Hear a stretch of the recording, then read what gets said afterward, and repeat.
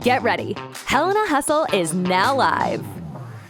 Here, we will showcase successful leaders in business, athletics, healthcare, and all things that make Helena a great place to live. Join Dr. Daniel Bridge, owner of Endurance Chiropractic, as he searches out amazing individuals who are making a tremendous difference in this place we call home. So sit back, relax, and get ready to be inspired with the Helena Hustle Podcast. Hello, and welcome to the Helena Hustle Podcast. I'm super excited today to have Chris Starr here with me. Chris from Rockstarr BBQ. Chris, welcome to the show. Thank you for having me. Thanks for coming. Chris, could you tell us a little bit about yourself, your family? Well, I was born and raised in Helena. Went to Capitol High School.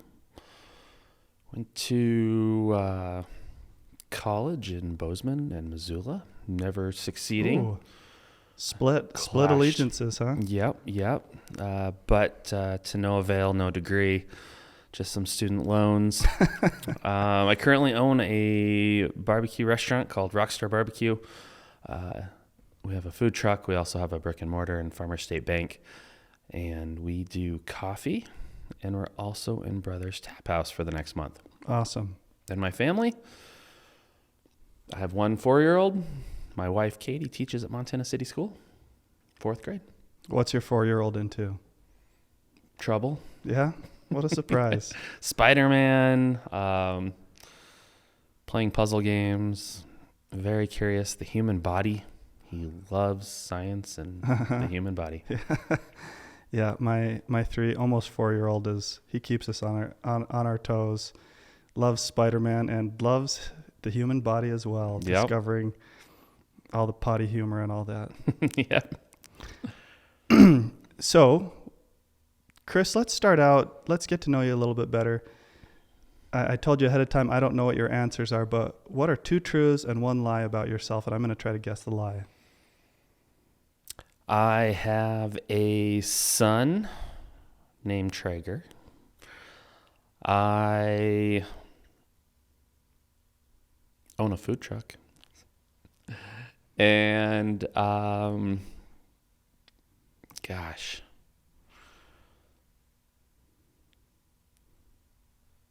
once met the Dalai Lama. Okay.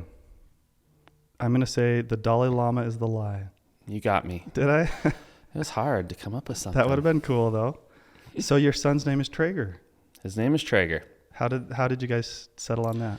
So I worked for Traeger for 6-7 years. How did you get into that, by the way, working for Traeger? I bought one. Okay. Fell in love with cooking on it. I was currently unemployed at the time, and it became a passion of mine. And so one day, my wife, watching me sit on the couch, filling out applications, applying for jobs, said, "There's a guy at Costco selling Traegers. Go talk to him." Mm-hmm. So I did. And I applied that day, and the rest is history. Sweet. Do you remember the first thing you cooked on a Traeger? On your Traeger? Chocolate chipotle brownies. Really? You didn't start with meat, huh? Nope. We opened the cookbook, saw the dessert, and thought, that's crazy. How'd they turn out? Amazing. Of course. Yeah. Yep. So you started working for Traeger. Did you have a specific area that you would cover? So United States and Canada. Oh, so wow. We did Costco's primarily in the U.S. We opened up the Canada program. I was one of the first, what we called ourselves, brand ambassadors. Mm-hmm. So I launched the program up there in Canada, went coast to coast from Vancouver Island all the way over to Ontario. Dang. And yeah. Did you get some good poutine along your travels? I did get a lot of good poutine. For those, Can you explain what poutine is for those who have never had it before? Fries, gravy, and cheese. Ooh. To be, the basic. Yeah. And then it got crazy from there, as we do with pizza, tacos, anything that can be more creative. That was the poutine world. So then we had our son, and 5 days after he was born, we still hadn't named him. So we were in the hospital for... Getting pressured by the hospital staff. Yep. They can apply a lot of pressure. Yes. So they were coming in every day asking, what's the name? But we had a little whiteboard in there that we voted on. It was either Weston or Traeger, and in the end, it became Traeger, and that was my wife's choice. Okay, cool. I did not know that. Yeah. Does he have a nickname or does he go by Traeger? To us, he goes by Traeger. Uh-huh. Yep. Very cool. Very cool. So you sold Traeger grills for 6 years. Mm-hmm. And then between then and opening Rockstarr BBQ, what steps went into play to put you where you're at today?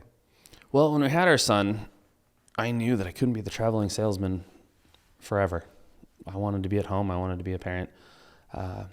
And so I started kind of thinking, what am I going to do? We had a pretty fortunate lifestyle working for Traeger, and we did pretty well. So I kind of had to duplicate that in some way, in one way that I would enjoy. And so I thought, what if I started a food truck? And then I thought, well, what would the food truck be? What's Helena need? What kind of system would work best? And so I thought barbecue. Why not? Makes sense. I own Traeger grills. I've cooked on them. It's all we cook on. I'm glad you did pick barbecue. Right. So yeah, we jumped into the venture, and in 2018, I picked up my food truck in Nampa, Idaho in June, and we started a food truck. Now, it's Rockstarr BBQ. Does it have 2 R's in the Rockstarr BBQ name? It does. And then your name is Starr. Yep. That's really cool. That's my name. Yeah, so it's personal. And you guys have been open for how long? So we're going on our 5th year of completion. That'll be around June, July. 5 years. Congratulations. Thanks. That's no small feat to be a small business owner for 5 years. Yeah. No, they say you get to 5 years, you've made it. Yeah. We'll see. That's awesome. And tell us about Rockstarr BBQ. What do you pride yourselves in? We pride ourselves in creativity, consistency, and good food, and good service. I can't say there's one thing in particular that we really thrive on. I always am hesitant to use the word our famous this or that, but our mac and cheese definitely is the bane of my existence. We sell 30 to 50 gallons of mac and cheese a week. Really? Did you anticipate it being that popular when you put it on the menu? No. In fact, I didn't want mac and cheese on my menu. Okay. I had to do it right, because there's no way that we can make mac and cheese at home and 10 minutes later it's still perfect. Right. It just sets up and gets thick and Yeah, everything. that's so challenging. I did a lot of research and homework, and I figured it out. I figured out the secrets. So we created a recipe that's creamy and sustainable, and it tastes really good. What's the secret? I won't tell anybody. It's a secret. Yeah.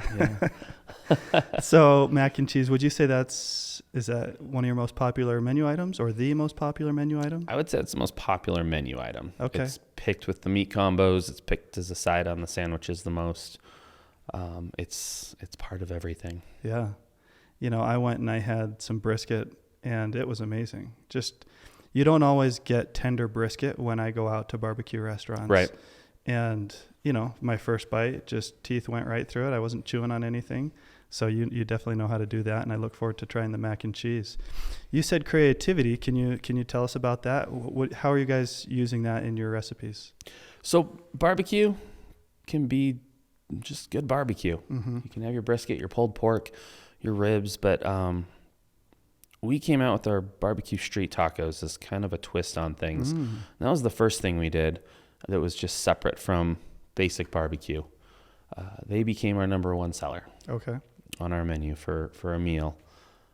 We have sold easily 100,000 or more of our tacos in the last few years. Wow. And it's crazy to think about. But the twist of it, and it's not just your typical taco, it's our spin on it. So we can call it a little bit of a barbecue fusion. Okay. Our coleslaw is very different than a coleslaw you're going to have anywhere else. It's a Greek yogurt lime base. Okay. And the pickled onions. It's also become something that people love about our menu. We've got pickled onions with everything. Do you pickle your own onions? We do. Okay. Yep. How long does that take? A few hours. Yeah? Mm-hmm. Wow. It's very simple, actually. Uh-huh. Very cool. Do you get any... So you've been in business for 5 years. I got to imagine you've had some strange requests. One of the funniest things is, do you have anything vegetarian? We're a barbecue joint. But because of that, we do now. Do you? So we have jackfruit on our menu. Right. And you can have that any way you like it. Tacos, sandwiches, nachos, breakfast burrito. We have a breakfast burrito we call Frida Animals. And it's named after a local realtor named Frida, and she's a vegetarian for the most part. Cool. Yep. I've seen a video once of a smoked watermelon steak. It did not look great. Have you ever tried that? I have not. Yeah. People get pretty creative out there with some of the stuff they do, but I've seen the jackfruit as a meat substitute, and I just like meat too much to not have my brisket and branch out with something else. But you never know. I might try the jackfruit someday. But yeah, I could imagine if I didn't eat meat, that would be awesome to still be able to have barbecue. Absolutely. Yeah. So 5 years in business, we like to talk about business here, and what are some obstacles you've had to overcome in that period of time? Situational obstacles for sure. As a food truck, things don't always work out. Whether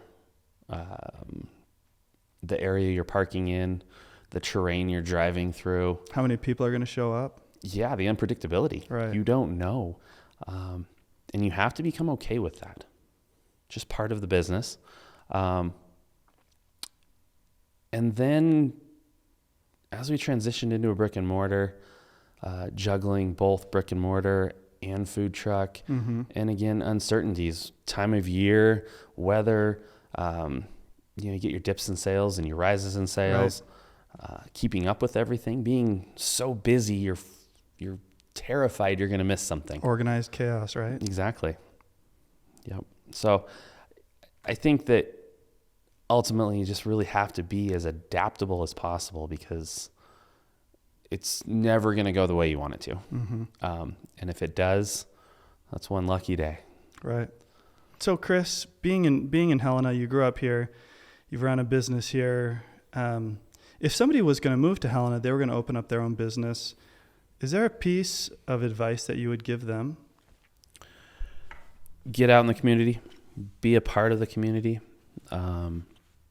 Definitely reach out to your local businesses, no matter what they are, same or similar to yours, different businesses, kind of like we're doing right now. Right. And listen to your community. Ultimately, your business will thrive solely on the people coming to you, and it's not just about you. Yeah. So what have you done to get involved in the community? So this year, I joined Downtown Helena. I'm a board member of Downtown Helena, which has become a harder feat than I thought it would be. One, just participation, being so busy, having your business life, barely having a family life when you're a business owner, but also then being part of the community. But for me, Downtown Helena was the heart of Helena, and it was something that I was passionate about. I felt like everyone is drawn to the center, and it was a place I felt maybe I could be of the most help. Yeah, Downtown Helena is great, and thank you. Chris invited me to join, and I've gone to a couple meetings and looking forward to getting more involved there, because we have such a really cool, unique downtown, the walking mall, the history that Helena has, and there's a lot of care that goes into people keeping that the way it is and looking for ways to improve upon that. And there's so many different ways to get involved, right? Okay, Chris, and going back to something you had mentioned earlier, which I didn't want to skip. You talked about the creativity of your business, and then you also talked about the customer service. What do you do with your staff as you're training them, preparing them to provide that amazing customer service as you're dealing with the public on a daily basis? So I always tell my staff it's all about us first, giving that experience to the customer, doing good, being good, and treating them as they'd treat anyone else. Because if we don't provide good service, they're probably not going to come back. Sure. Even if the food's great, we've lessened our chances of having a return customer. Second, the food could be not perfect that day, and we could be amazing, and they're drawn back because of that amazing experience. So first and foremost for us, it's just being great people and providing a good service. Yeah. We've all had good interactions with companies where we've had amazing customer service, and you're blown away, and you really take a step back and you say, wow, I'm going to be a customer at this location or, online retailer or restaurant for life, because I'm so impressed with how they handled that. And we've also had the reverse of that. And that's so critical in training that. And for a lot of people, I know myself as a chiropractor, I have things that I really wanted to be good at. Customer service didn't cross my mind. A lot of the things that just are involved in running a business are things that I didn't think about, and stuff that I love to learn from people like you who have been in business for 5 years and learned how to handle some of those trickier situations. Well, and I mean, we can all have a bad day. Absolutely. We're going to have bad days. And one of the things that I find comfort in, if I have an amazing experience with a business, with a company, I know that if they have a bad day and I'm part of that, they're going to take care of me. I just have that faith that they're going to do right. And that just it's a peace of mind for me. So I'll always be that return customer. Sure. With your menu that you have, you've obviously got things that you love, things you're good at, things that are super popular. Do you like to keep a consistent menu so people know what their favorites are, or do you like to mix it up and add new items?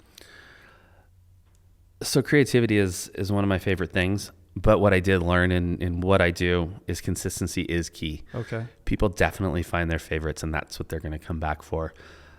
It does allow me, though, to keep that consistency and occasionally think outside of the box and come out with specials and something new. And then if that something new becomes so popular, we can keep it around. Like nachos. It's gone crazy. Right. Our nachos are very popular. What's the most popular topping there? So, I mean, our toppings on our nachos are just our recipe. Every set of nachos gets the same thing. Oh, gotcha. But the meat's the difference. You know, Okay. pulled pork to brisket to pork belly burnt ends. Personally, my favorite is the pork. Okay. It's just, for me, I like it better with nachos. Yeah. Yeah. Very cool. And something that you and I had discussed in a previous conversation, you mentioned that when you came to Helena, or when you, decided to open up your barbecue restaurant, you actually approached another established barbecue restaurant, which I think is maybe, for me, that would be a little unnerving to go talk to what somebody might consider your competition. But tell us about that experience. I mean, nobody does it better than those that are doing it. And here I am jumping into a venture that's completely foreign to me. I just think I know what I'm doing. I think that I can pull this off. But I wanted to seek out some wisdom, whatever that may be, a word, a sentence, some sort of guidance or advice, mentorship. But I reached out to Calvin at Bad Betty's and just wanted to say hi and introduce myself. He gave me a little tip here and there. And since then, really, I mean, we've bonded and leaned on each other when we've needed to. We've hung out. We've just been good business owners, sharing the same space in the food market and supporting each other. Rising tide lifts all boats, right? I love that. And as we collaborate and help each other, everybody wins, and Helena wins. And that's really what this is about. Creating a better community, stronger community, and helping those just really thrive. Right. I mean, we don't want one business to fail in our community because that's a reflection of all of us. Absolutely. Great. So unfortunately, when this episode airs, I don't think you'll be where you're at right now, which is, so you're in the Brothers Tap House, is that right? We're in the Brothers Tap House, yep. And you'll be there through the end of March. Maybe a little longer. But Gotcha. So I'm not sure when this will air, but Sure. if somebody was to seek you out, where would someone find you? How would they do business with Rockstarr BBQ? Facebook is the easiest. Someday the website will be live, but for now, Facebook, Instagram, that would be the key. Fantastic. Yeah, and there's a phone number on there to call, and you can always reach us. You can message us. Very responsive. Emails on there. You can email us. Great. And then you guys do catering too. We do. Yep. We're nominated for Best Caterer and the Best of Helena right now. Oh, nice. It's a big honor. But yeah, we do weddings. We do graduation parties to office events. You name it. Catering is catering, and we provide that. So from catering for 500 people or just yourself to go get a breakfast burrito, lots of ways to do business with you, and you make great food. You have a great location. It's clean, friendly staff, and you're just an asset to Helena. So thanks again, Chris, for coming on the show. Absolutely. Thanks for having me. Thanks so much for tuning in to this episode of the Helena Hustle Podcast. If you're enjoying the show, please feel free to rate, subscribe, and leave a review wherever you listen to your podcasts. That helps others find the show, and we greatly appreciate it. Once again, thanks for joining us, and we'll catch you in the next episode of the Helena Hustle Podcast.